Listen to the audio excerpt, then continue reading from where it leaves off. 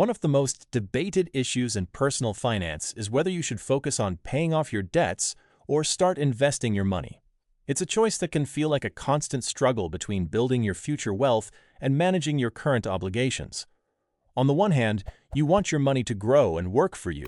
On the other, debt feels like a huge burden preventing you from achieving true financial freedom. Today, we're going to analyze the mathematical and psychological answers to this dilemma so you can make the best decision for your wallet and your peace of mind. Let's start with the concrete numbers, because understanding the math is crucial for making an informed decision. To solve this mathematically, we need to analyze what economists call opportunity cost. When you pay off a debt, you're essentially earning the interest rate you're no longer paying. Think of it this way. If you have a credit card debt with a 22% interest rate, paying it off is exactly the same as getting a guaranteed 22% return on your investment, completely risk-free. In the financial world, a guaranteed 22% return is virtually unheard of. Even the stock market, which has a strong historical average return of around 10%, simply cannot compete with the certainty of eliminating a 22% interest rate. There is no volatility, no market risk, no uncertainty. The rule of thumb is simple. If the interest rate on your debt is significantly higher than the potential market return, the math clearly says you should pay off the debt first. However, before we delve too deeply into debt repayment strategies, there is one major exception to the rule of prioritizing debt that you absolutely need to know about. We call it priority zero, and it comes before everything else. Before investing every penny in your debt, you should check out what we call free money. If your company offers a matching contribution to your retirement plan, whether it's a 401, a private pension plan, or any similar employer-sponsored program, you should accept it immediately, even before paying off high-interest debt. Why? Because a matching contribution of 100% from your employer represents a 100% return on your money instantly. No debt interest rate in the world can beat that kind of immediate return.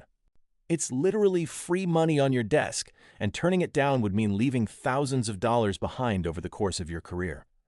After securing that matching contribution from your employer and capturing that free money, you can redirect your focus to tackling your debt with full force.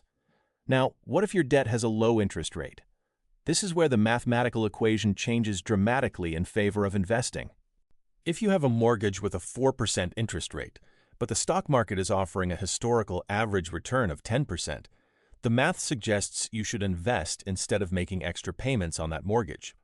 By investing instead of overpaying on a low-interest mortgage, you are effectively capturing the 6% spread, which is the difference between the 10% gain you are getting in the market and the 4% cost of your debt. In this scenario, your money is working significantly harder for you in the market than it would be sitting idle in your home equity. Of course, market returns aren't guaranteed like debt repayment, so you need to factor in your personal risk tolerance. But from a purely mathematical standpoint, investing makes more sense when your debt interest rates are low. But here's the reality that most financial experts don't emphasize enough. Humans aren't robots that make perfectly logical decisions based solely on spreadsheets and calculations. Math is only half the battle when it comes to managing your finances. The rest is pure psychology, which is why we have two main debt repayment strategies that take different approaches to the same goal. The Avalanche Method is designed for people with a mathematical medicines. You list all your debts by interest rate, from highest to lowest, and pay off the debt with the highest interest rate first while making minimum payments on all the others. This approach saves more money in the long run because you're eliminating the most expensive debt as quickly as possible. The Snowball Method, however, takes a completely different approach, focusing on human psychology rather than pure mathematics. With this strategy, you pay off the smaller balance first, regardless of the interest rate.